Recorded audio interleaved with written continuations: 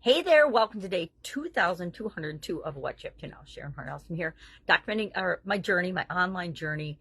Began in 2017, so lots of days we've talked about. Didn't do it in 2017, but started documenting my journey in 2018 on the encouragement of several of my coaches and mentors at the time, and started doing it. Realized it didn't kill me, actually made me stronger, and it helped me to, it continues to help me to keep track of what it is that I'm doing, what works, what doesn't work, how I can improve. Helps me to communicate with other people and be in touch with those I'm here to serve, which if you're not here to serve somebody, what's the point? So today it's birthday month in February and March in my family. We have a lot of birthdays in February and March, a couple sprinkled throughout the year, but February and March are huge months for birthdays. We do a lot of birthday celebrations. Plus the funky, crazy eyeshadow I've got on today. It's supposed to be Stegosauruses for my second granddaughter. So a couple pieces of content I create every day. One is for my Supersize Your Business group, and one is for the year's annual challenge. This year's annual challenge is the Let's Grow annual challenge. We're doing one thing every day to grow. And today we are working through the SOAP framework, which is a framework I've used since 2020, since the pandemic. It helped me to get up and go and do challenges throughout 2020, 2021, and in 2020.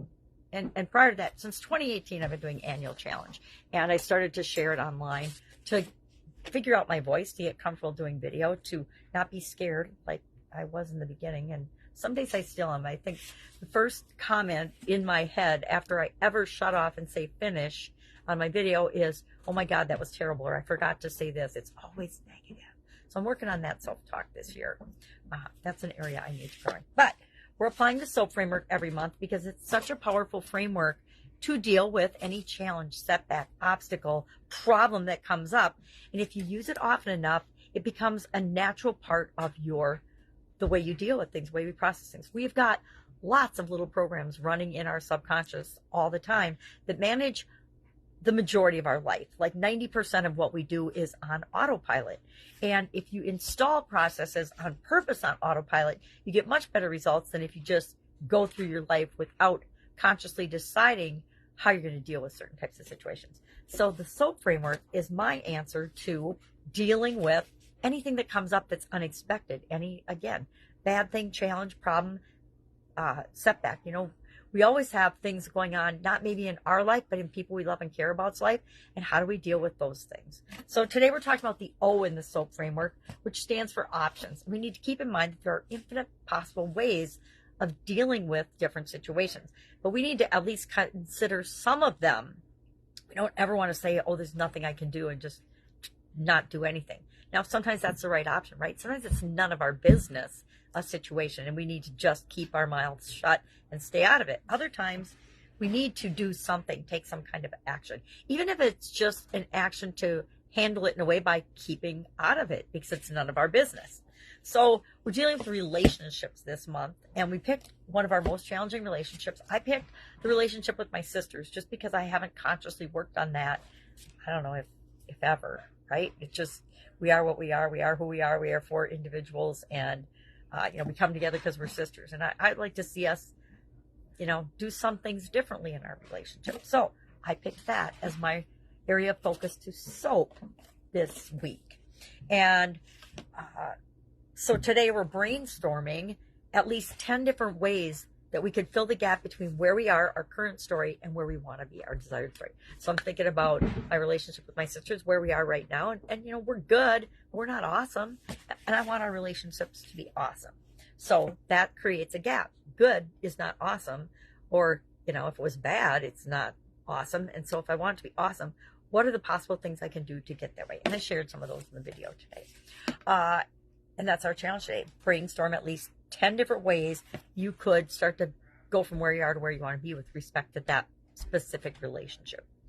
That's the purpose of the challenge. We want to find ways to grow every single day. Just little ways, because guess what? If you do 365 little things in a year, no matter what, you make a huge difference in that area and aspect of your life.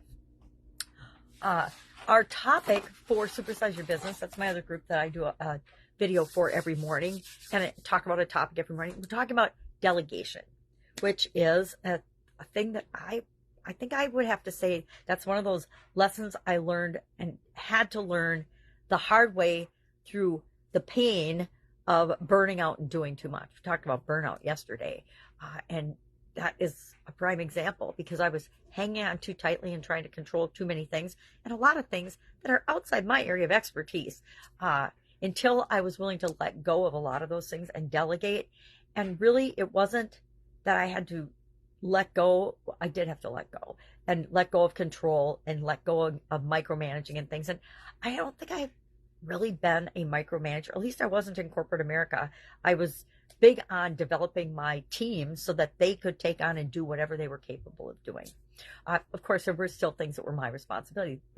And delegating is we don't delegate responsibility. We delegate responsibility for the piece of the pie that we're delegating, but not responsibility, because when we delegate, we're still, as the leader, responsible for the actions of the people we delegate to. So it behooves us to help them grow and develop.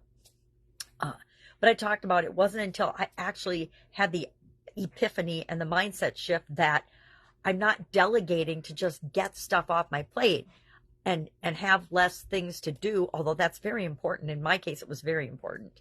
I'm delegating to help develop other human beings, help them to reach their full potential, help them grow and learn and be able to contribute more and do more and understand the process more. And sometimes we delegate to people and we develop people to the point that they leave us. And frankly, that's my goal, is to develop people to the point where they have the confidence and the skills and the ability to go out and do something on their own. Because that's what we're all here for. We're all on the planet to experience life as only we uniquely can and to grow in ways that are right for us. So those were our topics today. Birthday celebrations today, probably all week, and then into another one next week, and then one the following week. If I can help you anyway, please, please, please just hit me up and ask. You know, if you've got a burning question, you don't know who to ask, if you've tried to do a little research on it and you're still a little conflicted on, okay, I can do this or this or this or this, what's right for me? I will tell you my secret sauce for determining what's right for you, but you have to ask. All right, have an awesome day, and I'll, of course, be with you tomorrow.